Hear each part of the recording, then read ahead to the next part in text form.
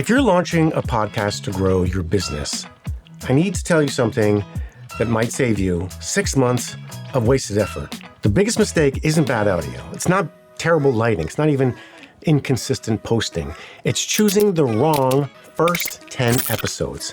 Most people treat their first episodes like they're just warming up, like they're practicing, like nobody's really watching. So it doesn't really matter. But that's backwards. Your first 10 episodes are your brand. They're your positioning. They're the foundation everything else is built on.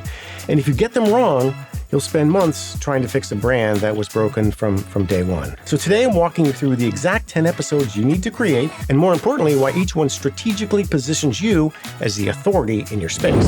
I'm Brian Kelsey. I've produced hundreds of episodes across TV, radio, studio shows, television, podcasts, and video, just everything.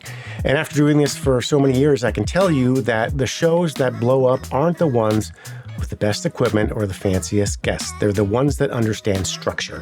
So let's break down your first 10 episodes. Episode 1, your origin story. Okay, so this has to be solo. Just you, no guest. And it might be a little bit intimidating, but I know you can do it. You're probably thinking, Brian, shouldn't I bring, on some big guest on my first episode to kick it off? The big premiere, the maiden voyage? No, you need to make a connection, because right now, nobody knows who you are. They don't know why you're qualified to host this show. They don't know what you've been through or why this topic even matters to you. And if they don't know that, they're not going to care about anything else you say. Your origin story, it's not your entire life. It's not like, a 45-minute therapy session. It's the specific parts of your journey that led you to this expertise. What problems were you facing? What mistakes did you make? That's your origin story, and here's why this matters strategically. Every single episode after this one, people will filter through the lens of that first episode. They'll know your perspective, they'll understand your angle, they'll get why you think the way you do. This episode is your anchor, so don't skip it. Don't rush it either, and definitely don't bring on a guest to dilute it. Very important.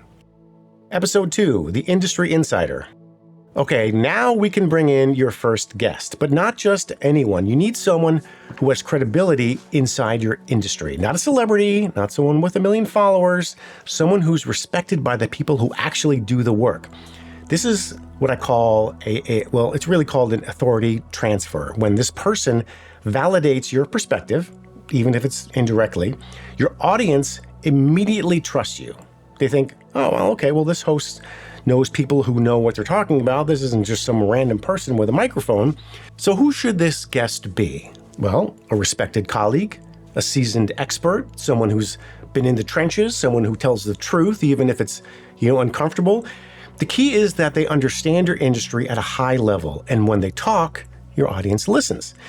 This guest anchors you inside the industry conversation. It signals that you belong in this space.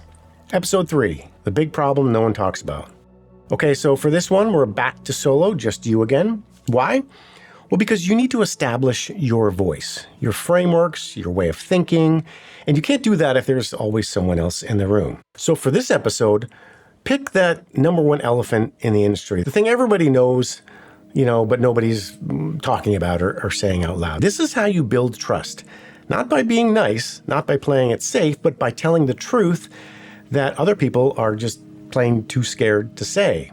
And when you do this early, you separate yourself from everyone else who's just basically repeating the same safe talking points.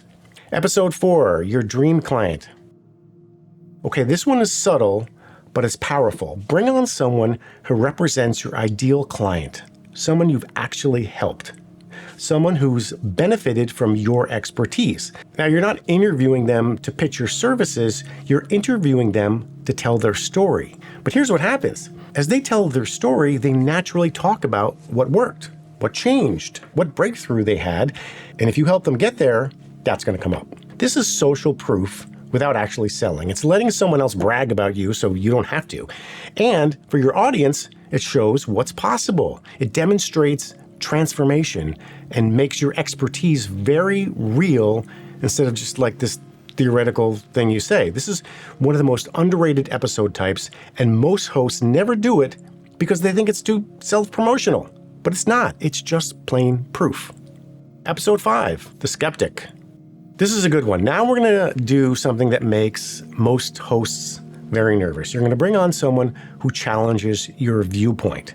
Not a troll, not someone who's just trying to start a fight. A real person with real questions who respectfully disagrees with you about something. This is one of the strongest authority positions you can be in as a host. Why? Because when someone challenges you, you get to show your thinking in real time. You get to demonstrate your expertise under pressure. You get to clarify your frameworks when they're being questioned. And most importantly, you show that you can handle tension without getting defensive. That's leadership and that's credibility. And that's the kind of thing that makes people think, okay, this person actually knows what they're talking about. They're not just repeating scripts. Most hosts are afraid of this episode, but it's the best hosts that really lean into it. Episode 6, Rising Star. Okay, this guest is someone who might be newer in your industry, but clearly is on the rise. Maybe they're a young entrepreneur doing something smart. Maybe they're a creator who's gained traction really fast. Maybe they're just someone with a fresh point of view and energy. But why bring them on? Well, because they make you look like you're plugged into what's next. You're ahead of the curve and you see what's coming before everyone else does. And, practically speaking, rising stars bring lots of energy. They're excited. They're hungry. And that creates a really dynamic conversation that turns into great clips. Plus, they're often more willing to share your episode because it's a big deal for them. So they're going to put it all over their social media. So obviously, you get more reach. Episode 7, The Contrarian. This guest for episode 7 believes the opposite of something your industry accepts as normal. They have some sort of like a hot take, a controversial opinion, a perspective that goes against the grain. Contrarian episodes perform really well because they spark discussion, and that's what we want. They generate comments. They create clips that people actually share because they're surprising. But here's the key. You're not bringing them on to agree with them. You're bringing them on to explore their perspective and be open to it. You're the guide. You keep the conversation intelligent, not like a big argument. You push back when it makes sense. You let them make their case, and you let the audience decide what they think. Now, this positions you as someone who can navigate tension and a complex, uncomfortable moment. That's a powerful brand position. Episode 8, Your Signature Framework. Okay, we are back to a solo episode, and this one's critical. This is your Teach the System episode. This episode is where you walk your audience through your method, your framework, your process for getting results. So no guests, no distractions, just you explaining how you do what you do. Now, this is the episode that plants your flag in the ground and says, this is my approach, this is why it works, this is how it's different from everything else out there. Every expert needs this episode because if you can't clearly articulate your framework, your process, whatever it is, you don't have one. And if you don't have one, you're not really an authority. You're just someone with opinions. So make this episode crystal clear. Make it straightforward. Make it authoritative. This is the episode people will come back to. This is the one they'll share when someone says, hey, what does this person actually teach? It should be that crystal clear. Episode 9, The Mentor. Okay, we're up to number 9, almost done here. And this one's personal and strategic. So you're going to bring on a guest who shaped you, someone who mentored you, someone who taught you something that maybe changed your career. This episode does 3 things. First, it makes you human. It shows vulnerability. It reminds your audience that you weren't born an expert. You had help. You learned from someone. Second, it builds deep emotional connection. People love origin stories. They love mentor stories. This is the kind of content that makes people feel something. Third, it signals that great people trained you, that you're connected to a lineage of expertise, that you're not just making this stuff up as you go. This is humble authority, and it's one of the strongest forms of authority you can build. Episode 10, The Big Thinker. Okay, we're going to end your first 10 episodes by looking forward. We're going to bring on someone who has a bold point of view about where your industry is headed. Someone who thinks at a high strategic level, someone who's making predictions, not just commenting on what already happened or what's going on. Now, what this does is that This positions your show as forward thinking. Bold prediction episodes generate comments, that sparks debate. They create retention because people want to hear where this is going, and they give your show momentum going into episode 11 and beyond. This is how you finish super strong. Okay, let's step back and look at what you just created. 7 strategic guests, 3 powerful solo episodes. You've established your authority. You've demonstrated your expertise under pressure. You've shown what's possible for your clients. You've proven you can navigate complexity and tension, and you're connected with the past and the future in your industry. But most importantly, you've built a foundation that attracts clients, not just views. Because honestly, anyone can get away with views by chasing trends and clickbait or whatever. But if you want to build a business, you need trust, you need positioning, and you need people to see you as the authority in your space. And that's exactly what these 10 episodes do.